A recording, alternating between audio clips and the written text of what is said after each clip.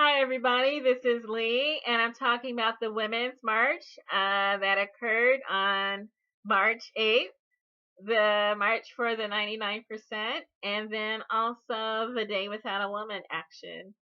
And so I mentioned in earlier videos that the most pushback that I get usually is when I speak on women's issues or gender issues, things like that.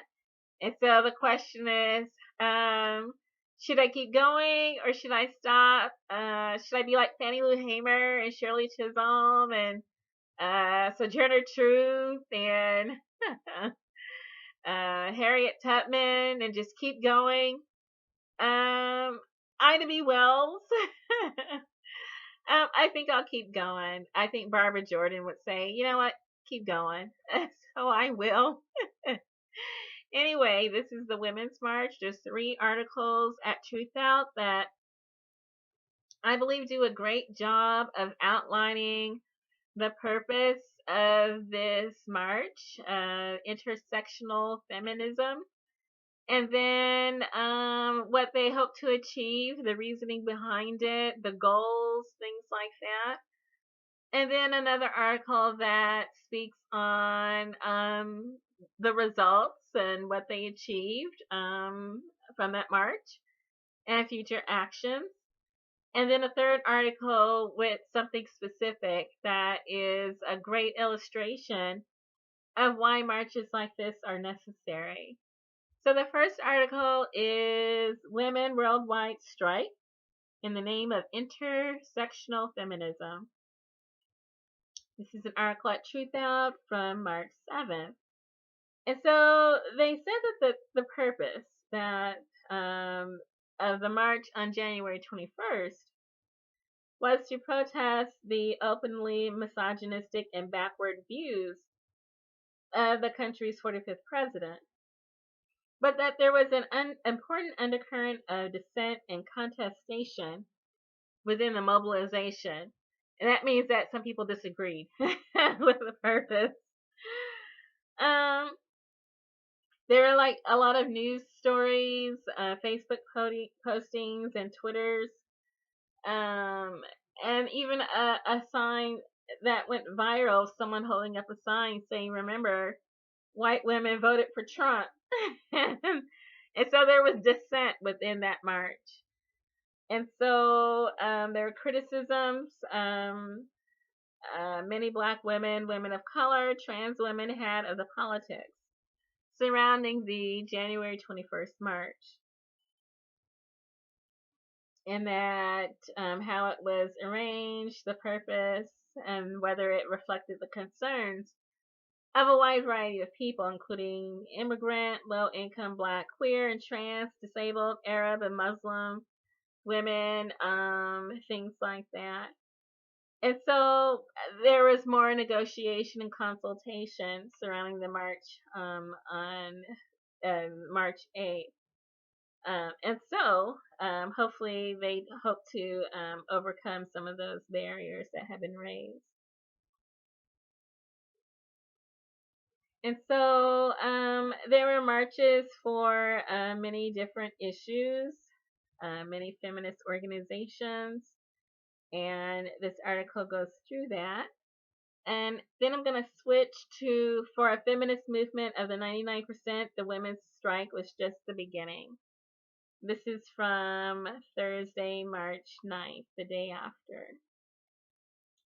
And so again, it says that there have been criticisms surrounding the women's march, arguing that striking is for privileged women or questioning its efficacy. And so this article is careful to note that the march for the 99% happened without the endorsement or funding of celebrities or corporations, but were organized and for women who have been marginalized and silenced by decades of neoliberalism. And so, a feminism for the 99%.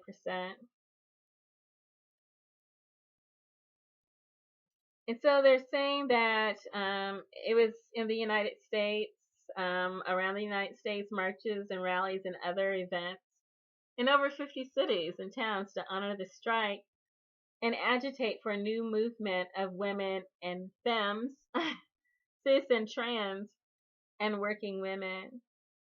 And so they're saying that there's many actions and many policies surrounding it. That there are women affected by the Muslim ban, undocumented and immigrant women who face mass deportations, transgender women for whom there will be no protection, women and queer people for whom reproductive and basic health care will be unavailable.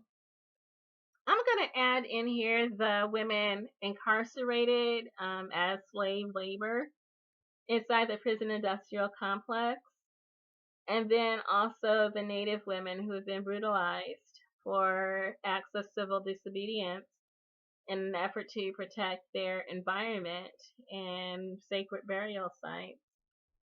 So many women who had many issues, also workplace organizing, labor issues, healthcare issues, things like that. And so this article goes into more detail. Let's see. And so now I'll come to one specific example. This is an article also at Truth Out. It's called Breaking the Silence on Sexual Harassment. And it's dated Sunday, March 12th. And so basically they're talking about sexual harassment that occurs on the job.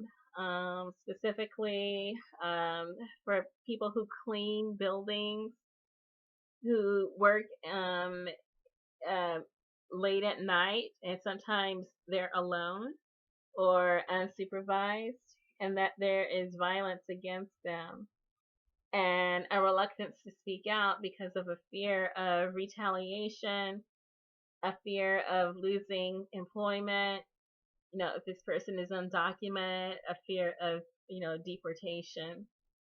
And so this occurs, and that there are some who are represented by unions, like SEIU, the United Service Workers, and then some who are not. And so people who are on the working class, the lower end of the economic scale, sometimes there is a fear of speaking out for fear of losing that job, and then also retaliation.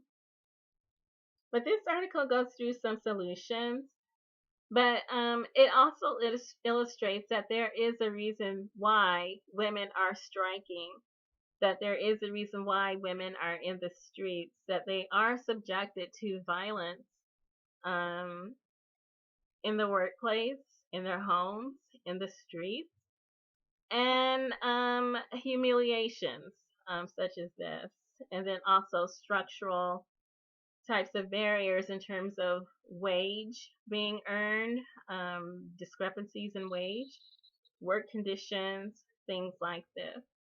And so I'll leave a link to this article also in the description, just to let people know that there definitely are issues that are very important, that affect day-to-day living, that have gone unaddressed up until now, and that it's become to the point where people feel like they have an obligation to say something and hopefully be heard. And so this is what women are doing. They're taking to the streets. They're striking. There's going to be actions also in the future. Let's see. I think April 4th. In April, I think sometime in April. And then also May Day as well. Let's see if I can find those dates. Let's see. There's going to be a general strike on May 1st, which is International Workers' Day. So it's ongoing. There's going to be more women in the streets for more reasons than none. But hopefully those concerns will be addressed. Good luck.